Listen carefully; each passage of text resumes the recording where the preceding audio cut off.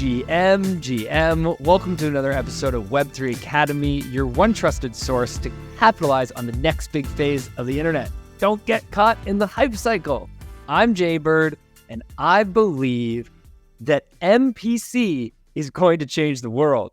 That's why I'm carving a path for doers to confidently build and invest in Web3.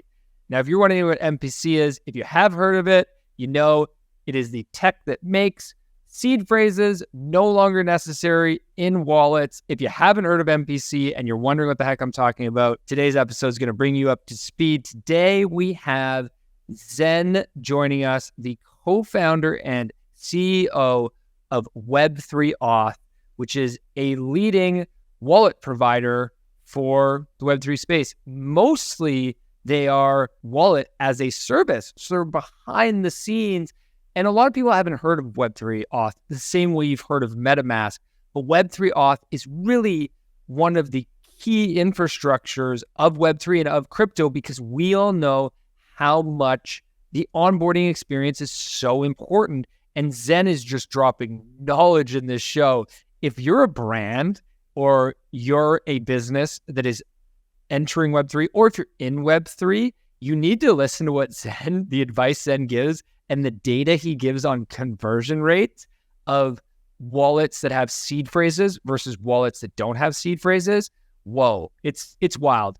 Zhen also talks about a recent project they did with McDonald's in Singapore, which was really cool, and some amazing stuff from that. And then Zhen also gives us an OG story in the space, because Zhen started his Web3 journey working at the Ethereum Foundation. Previous to that, he worked at Visa and Accenture. So he comes from an incredible corporate background, a lot on the large corporation enterprise side, and also from Visa, seeing the payment side.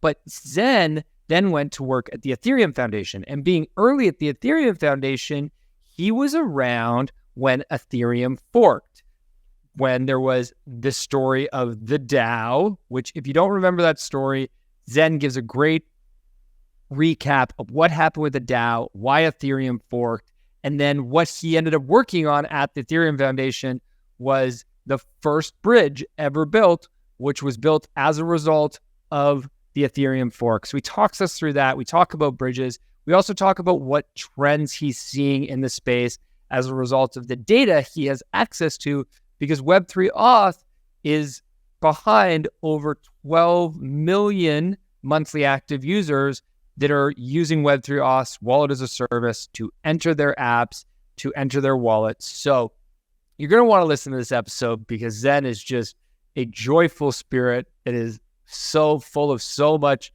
great advice, as well as so much experience in the space. Before we jump in, we'll just take a minute to hear from our sponsor. Modern newsletters are built on Paragraph. That's right. Paragraph is a brand new newsletter platform that combines the best parts of Web 2 and Web 3 to supercharge newsletters for both writers and readers. Build a community, not just an audience. Paragraph uses blockchain tech to allow readers to collect and own the words that matter to them. This takes reading a newsletter to the next level. With Paragraph, readers can mint, collect, and show off quotes from their favorite newsletters. This opens new possibilities, like creators sharing revenue with fans. I also love their new feature, Paragraph AI. This integrates GPT-4 natively in Paragraph to create, edit, and improve your writing effortlessly with one click. And guess what? We at Web3 Academy are on board and have already moved our content over to Paragraph. We believe this is the future of newsletters because of the profound engagement it creates between creators and fans. So, whether you're a creator, writer, or an avid reader, it's time to check out Paragraph and capitalize on the opportunity of being early. Zhen, GM, welcome to Web3 Academy.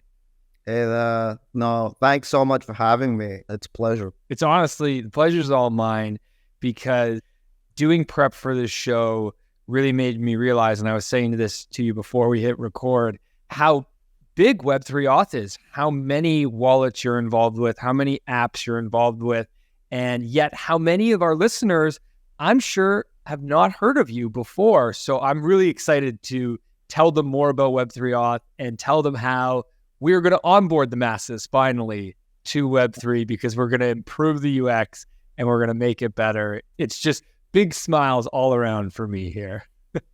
Yeah, I mean, we've been around for some time. So, and because Web3Auth is just such a white label product and most customers prefer it to be in that way, I think a lot of users for those customers don't really see our brand, and it isn't really presented up as commonly as you would, let's say, like MetaMask or like or like some of the top wallets in the space. But we work hard on the infrastructure for it, and I think the idea has always been like, us at Web3Auth, we were like, I was technical, I was from Foundation, my co-founder was technical, he's a complete introvert, and we built a team of like engineers and techies and stuff like that. And like the larger proportion of the team's like full of engineers, right? So that our hypothesis has always been, let's focus on getting infrastructure right. Let's focus on getting the infrastructure and the user experience and all of that great. But what makes a great wallet or what makes a great application is not just engineering and not infrastructure. It's also like the business, the BD, the go-to-market, the attraction of why somebody should use that wallet, right?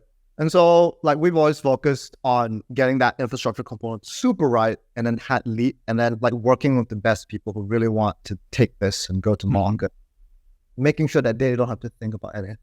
It's really impressive that, to be honest, I didn't realize that you were a team. And it sounds like you have more than just engineers now, but it's very impressive to hear that because quite honestly, usually when engineers make a product, the UX is terrible. They don't think about UX. They think about the code. And then users come along and they're like, oh my gosh, this is like the analogy I always use is in Web3 right now. It's basically like you have to learn how to drive a car and then you also have to be the car mechanic at the same time because you have to know how to get under the hood. And 99% of users don't want to get under the hood of tech. That's way beyond them. They have no interest in that. So it's very impressive that when you go to your website and all of your branding and your social media, everything is talking not about the engineering side. It's much more talking about the user experience that you guys are enabling and how tech like MPC, which is getting more technical, and we'll talk about MPC in a bit and we'll explain that. But you're not talking about that super techie language. You're actually more talking about showing how you're doing things with McDonald's and doing things with Fox and all these big partners. So kudos to whoever is, your marketing, your BD team. They're doing great. Well, that's great. It's a small team. I'll really compliment over. Yeah, no, I mean, I think it's been the core focus of the company for a while now, which is why it's translated into that way, right? It's the user experience issue with key management has posed to be like a huge issue, right? Like statistically and quantitatively, us developers and technical people, we deal with these things called SSH keys that I'm not sure if you're technical yourself, but we deal with these things called SSH keys that we use to connect with Amazon or whatever. And developers lose SSH keys all the time, right? This is naturally going to be equivalent for just your standard user who wants to know less and who manages these things less. Yeah. Right. There was a statistic that was going around by Chainalysis that basically mentioned that 20% of all Bitcoin in circulation has actually been lost due to lost public-private key pairs. 20%. It's 20%. Insane. 20%. That's insane. Yeah, it's crazy. It's a crazy number. It just really quantifies like how ridiculous this problem is. Yeah. Right? We need to progress from seed phrases to whatever it might be, like MPC, account abstraction on top of it or whatever, but it needs to ultimately be a better user experience for people to come on board and for people to use things, right? That's where the company's mission has always derived from. We've felt that there are so many benefits to crypto, and it's not just blockchain. It's not just like Web3. It's also just cryptography in general, right? We're talking about like end-to-end encryption. We're talking about like credential passports, COVID passports. There's so many benefits to crypto, and making it usable And self-custodial is, I think, what we strive to do. It's interesting you bring up the digital identity layer, because I think we will look back on blockchain, decades from now, and I think identity will be one of the big things that everybody realizes that it gave to us, that we didn't really care so much in the beginning because it wasn't speculative, and so it didn't get the hype cycle that all the speculative assets got. Anyways, you're bringing up MPC. We're sort of going down that path. Let's go there now. Let's start from the beginning. For people who have never heard the term MPC, can you give the grade 4 level definition, and let's talk about how it solves this seed phrase problem? Because I think just to further on that point, seed phrases are known to be the largest hurdle to anybody entering the space. Most new users get stuck at the seed phrase. What do you mean I need to write down these words and then keep it? Like what? Keep that safe? Like how? What? That's my great aunt is never going to do that. We've seen conversion rates on applications with seed phrases and applications without, like post and prior. So typically, statistically, quantifiably, generally about 20 to 30, you have a 20 to 30% conversion rate on somebody who starts on your application and then finishes the seed phrase process. That's a terrible conversion rate.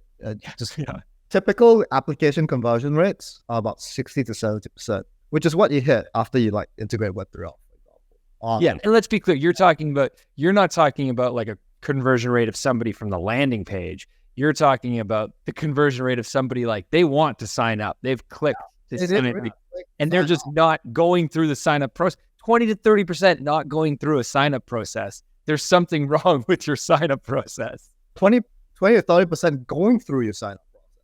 Right. Sorry. You're right. 70 to 80% not going through. Right. Yeah. It's insane. So, MPC, it's a complex term to describe a very simple concept, which is basically like a multi-factor account. It's, how today when you have perhaps a social account, they might ask you to set up like Google Authenticator or like a SMS OTP or stuff like that. And you get multi-factor authentication from that, from, let's say, this bank account that you're setting up. Web3Auth is no different from that, or what MPC enables is no different from that. MPC allows you to split a user's public-private key pair into multiple different factors and store these factors in different locations that users own themselves. So the concept of splitting it up is MPC, and then these factors can be stored on, let's say, a user's device, a user's social login. So it could be the Google account, could be the Twitter account, whatever it might be. And then you can incrementally add things. So you can add like SMS OTP, you could add like an authenticator application. You could do a manual backup if you really wanted to as well. Upload it to cloud, upload it to Google Drive. The list goes on. And what you do need though is you always need 2 factors to access your public-private key pair at any point in time. What this allows for is a user experience that goes, okay, the default experience is I log in with Google into, let's say, a phone, right? Or I log in with Apple into a phone. That's my first factor. My second factor is the phone itself, right? So because we have 2 factors already set up once a user hops right in, right? The user experience is seamless. They just basically log in and they're done, and that's it, right? Now, then as they get accrue value in the account, as they add more factors, as they do all of these different things, they then get more usage. And this completely removes the seed phrase. So I don't need to set up and store a seed phrase anymore. Is there still a seed phrase in the background? Is that what is being stored? You can think of it as the seed phrase itself is what's being split. Right. The seed phrase itself is not stored, but the different individual split factors are. Right. Okay. So then I don't need to know my seed phrase though, as the user. I can just use these other factors. Why is this only happening now? And what's the hurdle for more apps to be using this? So I don't think it's only happening now. It's just becoming a little bit more popular now and a little bit more widely accepted in the community. At the start, there have been For example, Skyweaver, or I'm not sure if you've heard of Sequence. Yes, Michael Sanders from that team's been on our show about a year ago. Yeah. So about a year ago, he probably showed you Sequence Walker. And he was like, okay, look, it's Google logins and it's Apple logins. Mm-hmm. And Sequence started 2.5, 3 years ago. Right. In particular. And they've had the same user experience since then. The same user experience. It's technologies. So partially part of this is technologies just take time to adopt. And it's true for like, passwordless, for example. Passwordless solutions in the traditional Web2 space where you don't use your username and password, but instead you use passwordless. Right. Has used since like 2008 or something like that. The latter part of the first decade. Right? But it was only until like, I don't know, somewhere in, I think 2014, 2015, where Slack really made it go crazy. So that was a good 6-7 year gap before they saw any big break on an application or on somebody who kind of uses it. And the reasons why these technologies just take a while to proliferate is that these technologies are about security, which means a lot of education to do on the developer side for adoption, right? These app integrations are a little bit more technically complex than the seed phrase. Seed phrases are complex to the end user, but to the developer, right?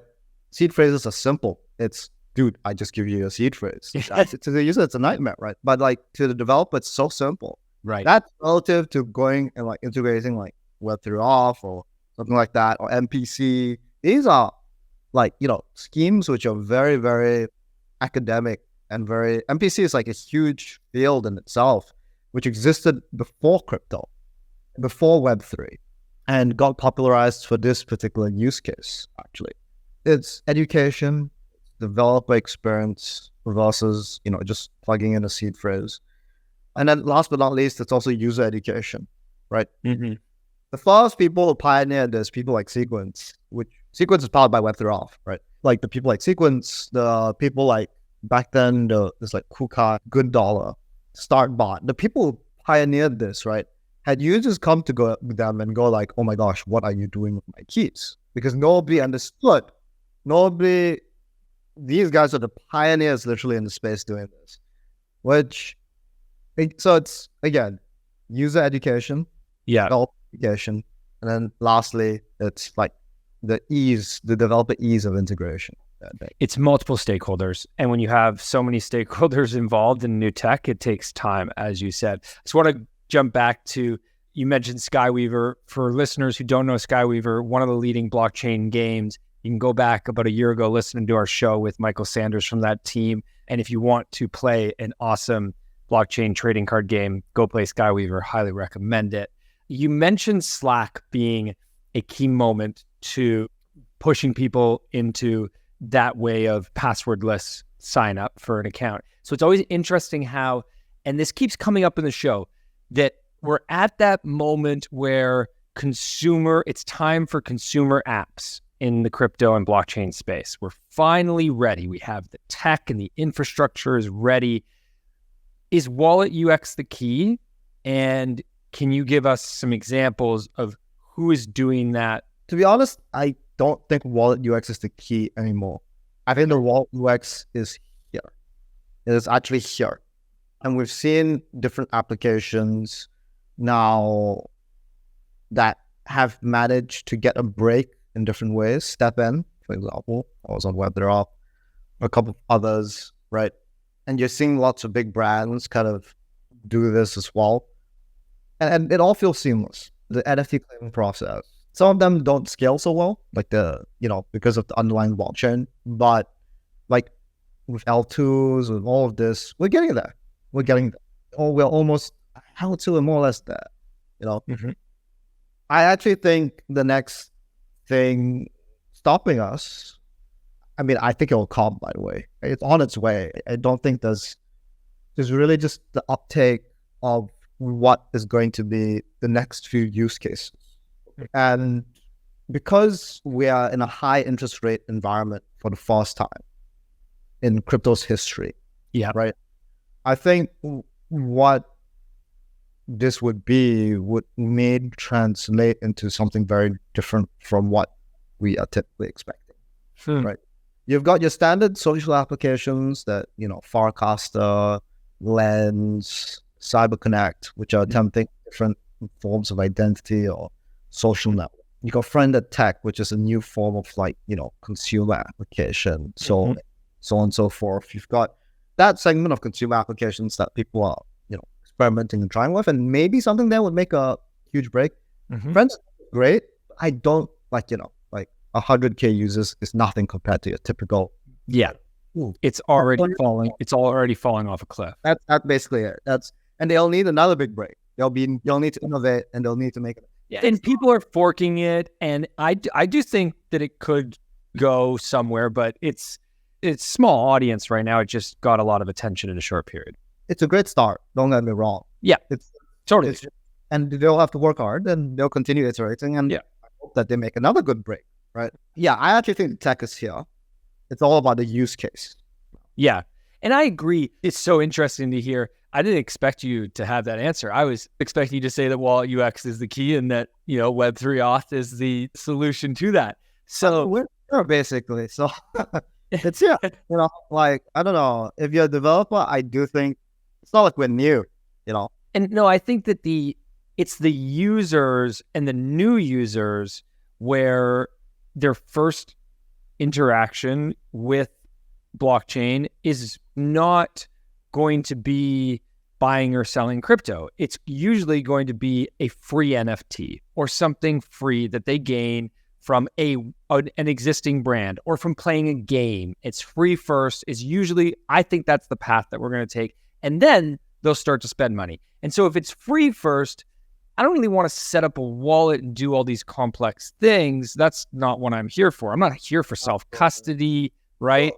I think NFTs are off style now, actually. Although we thought NFTs or PFPs? What's your definition there?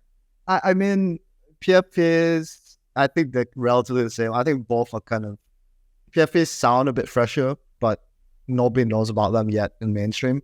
Yeah. So it doesn't really matter. But I think loyalty programs that come out of these things are the new form of NFTs, the new form of whatever. Like, people are just calling the NFT drops now because they're free and they're points or they're fungible. Even if they're non-fungible, they're like a badge or something like that, right? Where people collect. It's just loyalty programs. Yes. Right. I think there are quite a few different exciting loyalty programs I've been seeing. But I've been seeing a trend that all NFT projects have basically pivoted to call themselves, I'm a loyalty program. No, I build retention. I help you with retention. Right. I think something else that might be quite an interesting use case is also, a lot of people say DeFi is dead, blah, blah, blah, whatnot. And they say, DeFi is dead because of scams, because of the bad UX, blah, blah, blah. But to me, I think it's not that DeFi is dead. It's still functioning. It's still there. It's still great. There's still great constructs being built there. But DeFi it's no longer as worth it to keep your money in DeFi because of a high interest rate environment, right? But as much as that was negative for on-chain TVL, I think what we've been seeing is a resurgence of, basically stables. Yeah. Stables have been going nuts because of a high interest rate environment. You just issue a stable, get interest rate, maybe even pass off some of that interest rate to the end user. And then you have a stables, and the stables functionality can be payments, it can be the droppability, it could be anything. And you skip a whole bunch of regulation around e-money.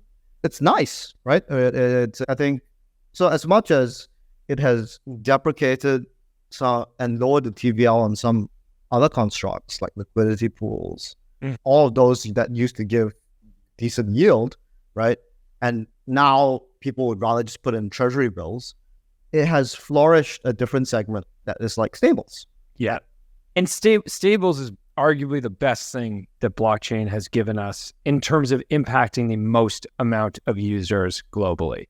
There's so many people now who rely on stablecoins as a method of payment for their job, a method of moving money in and out of countries, across borders. These are at the volume of USDC and the volume of USDC is the same as Visa. It's the same as Visa. The same as Visa. That's exactly. It's a thing. It's mad. Visa is the largest credit card processing company in the world, which means that stables have already displaced the Visa network by 50%. Jesus, that's not, and we're just getting started. Wow. What's also really crazy is this is with a transaction per second time of stables versus Visa. Like, we wouldn't even be in the same ballpark, right? Like, crypto is still way behind, and we're on layer 2s and we're getting faster, but our scale is nowhere close to what Visa can do. So you think about how much more we'll be able to handle when there's more block space and when we're growing and getting bigger. I want to come back though to wallet UX, because you guys did an end to NFTs and loyalty, because we brought that up. You worked with McDonald's recently. We talked about it on the roll up. I loved it because I think Grimace is a great character of McDonald's. He's like the purple guy who will eat your hamburger. I always loved that character when I was a kid. And you partnered with McDonald's Singapore and produced an incredible user experience. Can you tell us about that? Yeah, so I mean, that was more or less just an NFT drop, right? It was a Grimace NFT drop. There are also not that many, so there are a lot of unhappy people. Was there? There are about 2,000 of them that dropped. So like, it basically got minted in 15 minutes and it was done. That's it. Like, and they were free, right? They were also free, right? And with a big brand. With McDonald's, right? Why the user experience? Like, so other than the high level, what contributed to so much of that just going so fast is this integration was actually in the McDonald's app itself. It was inside the McDonald's app. Like, if you had the McDonald's app already, I'm actually a loyalty point collector for McDonald's. There's this burger in Singapore called McSpicy. That's just like no other burger. It's spicy. You feel it the next morning when it comes out the other way. But Singaporeans love it. You have to try it if you come here. But like, so everybody like me who is a fan of McSpicy, a fan like who ate McDonald's maybe once a month or something like that. Yeah. I have our app on our phone, and it's just click open the app. You click that. Web3Auth is that. Boom. Log in. It's done. That's it. And that was the whole experience, right? It seems simple when you're taking a look at it from a user's perspective, but actually a lot of work went into making that so seamless. If you think about it, it's like no additional application download. Yeah. It's inbuilt into the app itself. Yeah. So you don't have to sign a transaction in your wallet, right? Like, the whole experience, I don't think anybody listening to this has probably ever experienced this. I've never seen this. I've never seen another app do this. I don't live in Singapore, so I couldn't do it with McDonald's, but I've seen the videos that you guys put out about this, and it's amazing, the simplicity of this. It should be, right? That's the end goal. I'm glad you see a difference, because it should be how it is moving forward, right? If you want, I'm not sure if you tried like friend.tech. That's the experience. Oh yeah, I'm on friend.tech. McDonald's, friend.tech. These are the consumer experiences that people expect, and that we should give. Yeah. Right? Well, and that's one of the things that made friend.tech so great is the app itself feels very beta, right? It feels like the design and the UI of it feels very beta, but the Web3 part of it is so well done, because you're not connecting with your wallet and you have to do a little bit at the beginning because you have to deposit some liquidity into friend.tech. But beyond that, it was very simple. And that's, again, it comes back to, this is the point that I think we're making here is, if you're an app, you need to consider the onboarding ramp. And Zhen said it, you said it yourself, if you don't do this well, you're going to lose 70 to 80% of your conversion in the sign-up process, which shut your business down. Like, there's no point. No. I can tell you so many interesting, basically when you have that sort of conversion rate, you're only attracting your top, biggest, most fans. Right. Increasing your conversion rate simply just increases when somebody downloads an application or thinks about using your app, right?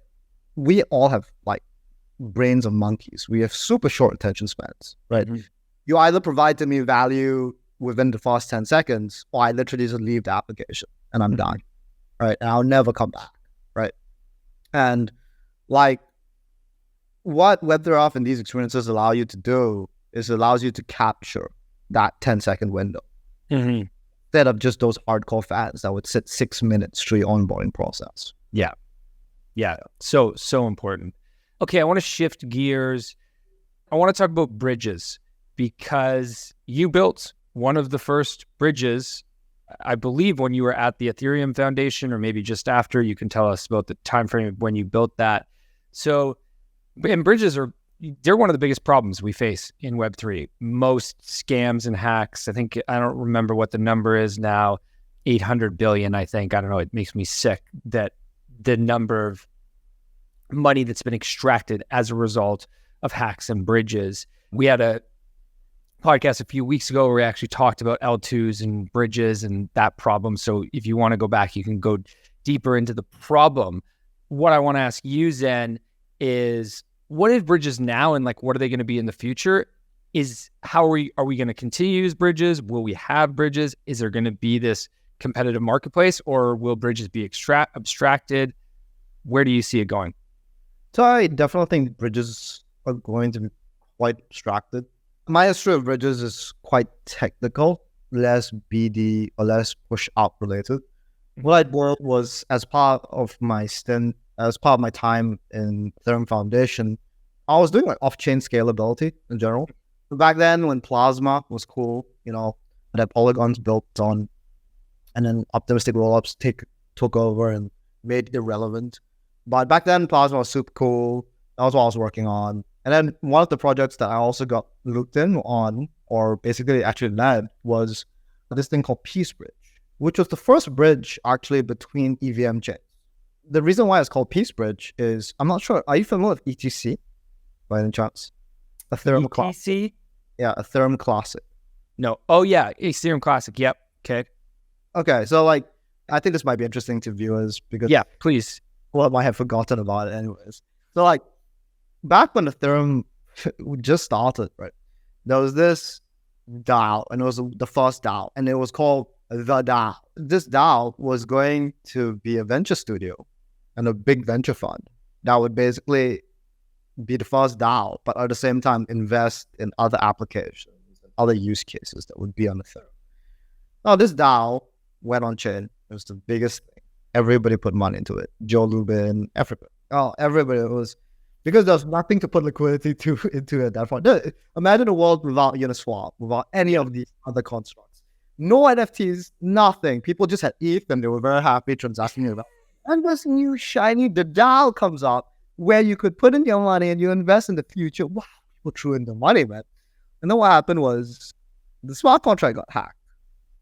And I think there was something like $80 million back then. At that point, there was a lot of money because, mind you, Ethereum had just done their fundraise, which is like about 20 million, 30 million in total. This 80 million amount was crazy. Everything. And so the smart contract was hacked. The funds were being stolen. And there was a decision that was made because Ethereum was so early, and this was such a big milestone. Vitalik made the decision to basically freeze the chain. He told all validators, okay, look, we're rolling back this thing. We're rolling back the hack. It was like a war room. Everybody was on board. We're rolling back the hack. All validators, please update. We're rolling it back, right? And that's what happened. And that was one of the first few things Bitcoiners went, oh, look, Ethereum, you're not decentralized because you rolled back the chain.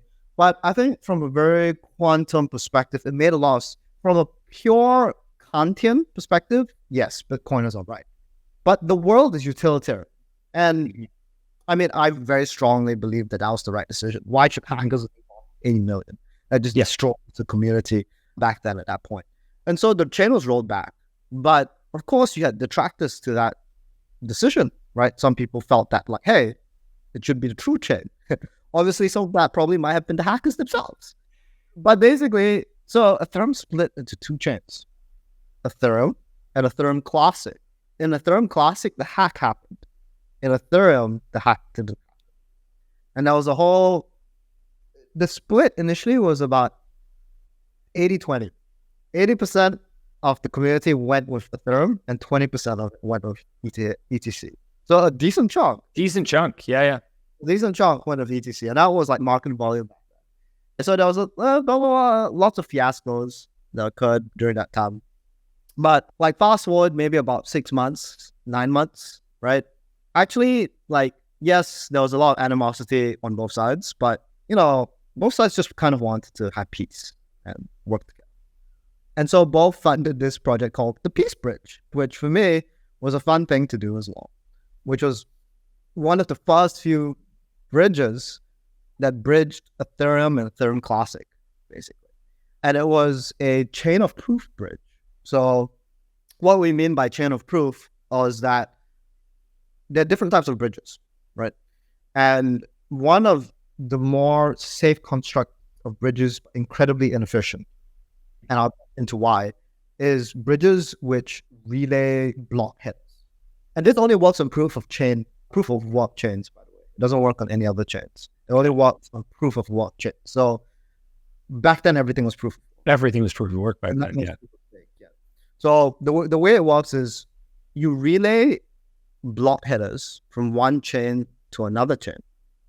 And you have basically like a Merkle root proof that derives from the block header that your transaction was included on the other chain and that it was a valid transaction. And the way that you would prove this is that like your proof of work headers, which are being relayed to this chain, is the longest chain, just like how standard proof of work works. Yeah. You would have to wait for maybe 5 confirmations, 5 headers before it went. But this is incredibly slow. Right. You have to wait for 5 headers. It's also expensive. If not enough people are using the bridge, it's incredibly expensive when it comes to gas. But it was great. It was a fun POC. Sounds like very secure, though. Yes, it was very secure. So, It's a very down-to-earth, stable implementation. And it worked, and we did bridge, like, I don't know, maybe a couple million here and there. But, like, that's it. Bridges back then, we didn't have as many chains. We didn't even have L2s back then yet. So, like, right. Bridges weren't, like, as big as they are today. That was, like, 5-6 years ago, I think. When it comes to your question of bridges today are not built on the same construct that we talked about. That construct is inefficient. The most naive bridge is built on, tell me if this is boring, by the way. The most naive bridge, sometimes I get a bit too technical. The most naive bridge is built on like multisigs, or either multisigs or MPC in particular. And basically, you're trusting either the MPC or the multisig to transfer funds across different different chains. These include literally all of the custodian chains today, every custodian chain. So like custodian bridge, you're talking about like the bridges that Binance built, the bridges that Coinbase built, the bridges that Circle built, all of these are MPC multisigs. And MPC multisigs work. They work decently. The biggest problem to MPC or multisigs is that, like, your trust lives with the multisig and how secure that multisig is. Right. And for example, so the Ronin bridge hack happened because their multisigs got compromised in like engineering and so on and so forth. Right. So it's just very important to secure a multisig. And compared to my first implementation, the implementation of Peace Bridge, it's not trustless, right? You still need to trust the multisig. Right. Then there have been more modern chains that have been cropping up, which basically, you know how rollups are relatively trustless because you provide an aggregated ZK proof across to the other side. These bridges are built basically on this same concept of aggregating like signatures and proofs and tossing it to the other side, and the other side kind of like verify that it's still a level of trust required, there's still a level of trust required. I'm actually skipping one. There's state channels and then there's this, but let's just skip state channels. Nobody uses state channels anymore. So this one in particular is like roll-ups on both sides. Now this is relatively trustless and it's great, but just like how rollups are really hard to implement, and rollups themselves have been compromised on different levels. Bridges, which are complex in this nature, are also being compromised. I think that was how Wormhole was affected, and a couple of others, right? So where do we go from here? Are our current bridges long-term sustainable, or I think they're on to the best that they can be, in that they're now on the best technology. Yeah. Some teams will get hacked, some teams won't get hacked. They're actually trustless at this point. It's about the implementation of making sure their implementations are secure, and the best team that doesn't get hacked and builds a secure implementation will continue to reap the rewards of the bridges, And there are enough teams building it such that there will be one which there'll be enough clients, there'll be enough, such that there'll be one that proves it. And I mean, you also have to focus on getting volume on your bridge. But that's about it. Yeah. It's so interesting with you being in the space for so long, and at the inner level of starting at the Ethereum Foundation. I know you started your career previously to that, but that was sort of your first role in Web3. You've just got such a broad perspective. And now being at Web3Auth and founding that business, you have, I think, 12 million monthly active users. You're seeing a lot of on-chain activity. Any data you can share with us of what do you look at regularly? Anything you're seeing that you think that no one else is seeing yet in terms of on-chain activity? So when we say 12 million monthly active users, not all of these guys are transacting the chain. 12 million monthly active users are 12 million people logging in and using their wallets in a month. In particular. And that doesn't necessarily mean doing a transaction. Although like you could log in and use a token to access a community. Or you can log in, and there's some off-chain transactions for quite a few games, which is just like, it never goes on chain. It's just off-chain transactions. I think the loyalty programs thing is definitely one thing that we've seen from a lot of applications joining. Loyalty programs quite a bit of success, and they're a little bit more long-term looking relative to NFT drops, right? NFT drops, boom, one thing done, that's it. And people have stopped paying for NFTs. That's why I've noticed as well. People no longer just want to pay for NFTs like you. I mean, rightfully so. A PFP that some businesses can get royalties off of is not, for people trading it back and forth, is not a sustainable business. I mean, PFPs, royalties, yes, perhaps. But I think it's just the value that people provide through these NFTs and these PFPs. Like the value is just not that. Like the value, it's just, the value is made through speculation, made through getting up a community hyped up about it. And we've seen so many of the best NFT communities just fall. Like, loyalty programs are big because, like, in the Web2 space, because these loyalty programs drive spend and drive traffic to airlines, to golf clubs, to yacht clubs, whatever it might be, right? It drives spend. And NFTs haven't been doing that, right? At least not to a large enough degree just yet. That's something that I've definitely been seeing. I've also seen a larger uptake of financial applications. So traditional financial applications looking to do something in DeFi or stables. You'll start to see a lot of traditional financial applications issue their own wallets. Imagine like a bank. I already have distribution, people banking with me. I issue my own wallet. I can then issue stables, right? Right. Stables are basically new age banking, because what does a bank do today, right? A bank keeps your money for you, gives you a bit of interest rate, and keeps your money safe. That's all they do. And they take your money and they put it elsewhere and they earn an interest rate. That's how much they earn. That's their capacity. What is a stable? A stable is somebody gives you money, you issue them USD. They still get liquidity on that dollar in particular. But with you get fiat.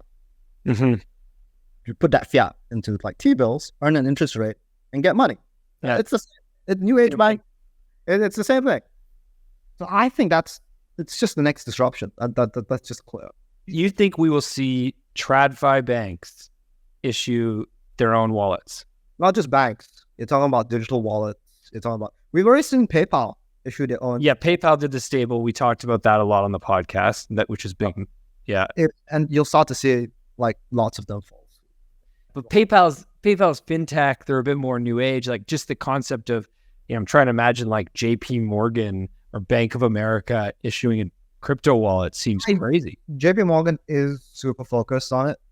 I mean, on like one crypto. And I think you'll find a lot of people on the team really wanting to do it. But because of the regulatory environment, I think it's not going to come from the US. Interesting. Any other trends that you're seeing that you're excited about? I think payments have been starting to crop up. Payments is something that's interesting. And then it would just be a standard kind of like social networking applications and stuff like that. There's this one, for me, I think traction is the biggest thing that I look for. And when it comes to traction, there's this one company called Sleek. I'm not sure if you've heard of it. No. So basically it's LinkedIn for Web3. Can you spell it? It's Sleek, so SLEEK. But the website is sleek.io. So SOLEEK. I'll put the link in the show notes for everybody listening. Yeah, so Sleek built on Web3Auth. I only show things. I just kidding. Good job. Good job. So like Sleek, it's Web3 for LinkedIn. And you know how the whole of Web3 is on Telegram? Mm-hmm. So Sleek built a Telegram bot. And how you share the Telegram bot is via like a name card or QR code that you might share at an event to like for somebody to remember you. And what you get from that Telegram bot is you get a whole CRM. You get a list of like everybody who you talk to at the conference. Plus that Telegram bot is actually a wallet. It's your Telegram login linked to a wallet. And that whole list is, your CRM and kind of like the network. So I felt that that's a very interesting distribution strategy. I can imagine them really collecting a lot of Web3 professionals through just this process of being at events, having people scan these codes and providing that real value and that utility, right? And then whatever they build off that, I can imagine them going through, it doesn't really matter what they build off that because they can go through different avenues and try different things. It could be jobs, it could be ads, it could be, okay, I hope they don't go through ads. It could be jobs, it could be like credential verification, right?